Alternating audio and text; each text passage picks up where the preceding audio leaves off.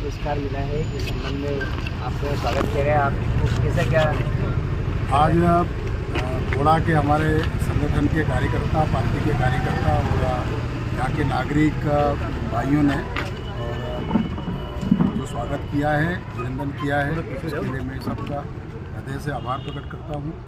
ये जो पुरस्कार की घोषणा हुई है पद्मश्री के सम्मान की, ये देश का एक ऐसा सम्मान है जो मुझ जैसे एक सामान्य कार्यकर्ता को और देश के प्रधानमंत्री मोदी जी ने चयन करके दिया है।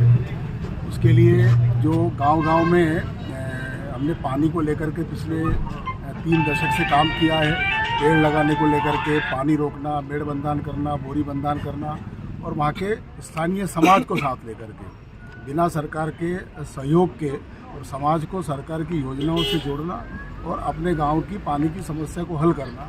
इसे बैतूल जिले के और अनेक ग्रामों ने और अपने गांव का जल प्रबंधन स्वयं किया है। हम उनके साथ में मिलकर के काम किया है।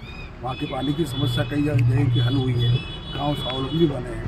इस दृष्टि से और स्थानीय वहाँ का जो आदिवासी जनजाति समाज है, उनके साथ मिलकर के काम किया है और इसलिए मैं इस पुरस्कार का सारा श्रेय वहाँ के समाज को देता हूँ, जिन्होंने और हमारे साथ मिलकर के काम किया। और आज देश के प्रधानमंत्री जी ने, देश की सरकार ने संज्ञान लेकर के और देश का सबसे बड़ा सम्मान है वो एक सामान्य कार्यकर्ता को, एक सामान्य व्यक्ति को दिया है। आप क्या अपील करना चाहते हैं सभी नागरिकों? सबके लिए यही है कि देश के प्रधानमंत्री जी ने जब इस प्रकार का चयन करके पुरस्कार दिया है एक सामान्य काम करने वाले व्यक्ति को, जो हमने तो पहाड़ों पर छोटे छोटे गड्ढे खोद करके वर्षा का जल जमीन में उतारा, बोरी बंधान करके नदियों का पानी रोका, वो छोटा काम किया। और इसलिए छोटे छोटे काम करके भी कोई बड़ा और सम्मान प्राप्त हो सकता है। और इसलिए ये एक संदेश है कि पानी का कितना महत्व है, वर्षा के जल को जमीन में उतारना कितना महत्वपूर्ण है।